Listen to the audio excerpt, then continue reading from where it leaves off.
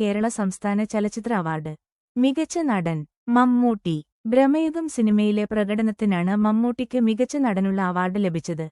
മികച്ച നടി ഷംല ഹംസ. ഫെമിനിച്ചി ഫാത്തിമ സിനിമയിലെ പ്രകടനത്തിനാണ് മികച്ച നടിക്കുള്ള അവാർഡ് ഷംല ഹംസക്ക് ലഭിച്ചത്. മികച്ച സംവിധായകൻ ചിദംബരം. മഞ്ഞുമ്മൽ ബോയ്സ് സിനിമയുടെ സംവിധാനത്തിനാണ് അവാർഡ് ലഭിച്ചത്. മികച്ച ചിത്രം മഞ്ഞുമ്മൽ ബോയ്സ്. മികച്ച രണ്ടാമത്തെ ചിത്രം ഫെമിനിച്ചി ഫാത്തിമ.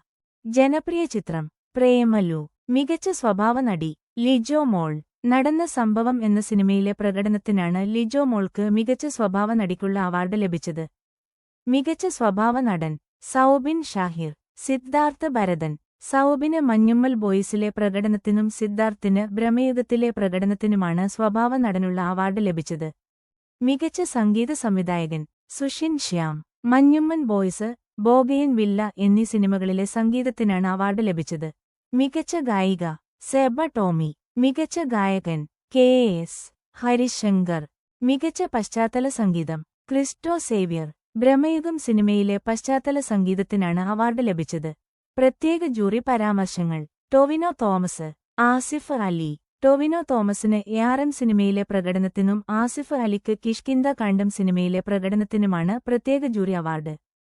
ജ്യോതിർമയി. ദർശന രാജേന്ദ്രൻ. ജ്യോതിർമയിക്ക് ബോഗയൻ വില്ല സിനിമയിലെ പ്രകടനത്തിനും ദർശന രാജേന്ദ്രന് പാരഡൈസ് എന്ന സിനിമയിലെ പ്രകടനത്തിനുമാണ് പ്രത്യേക ജൂറി അവാർഡ് ലഭിച്ചത്.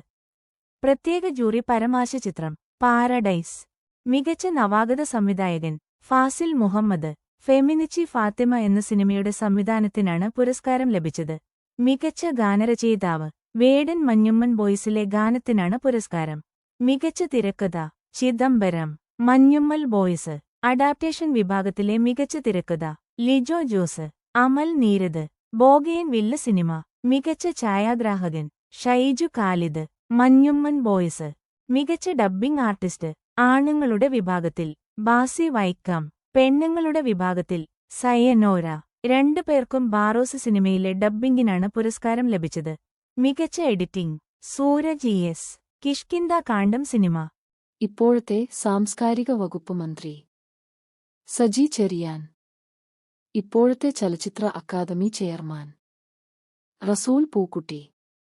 ചലച്ചിത്ര award jury chairman Prakash Raj. Thank you.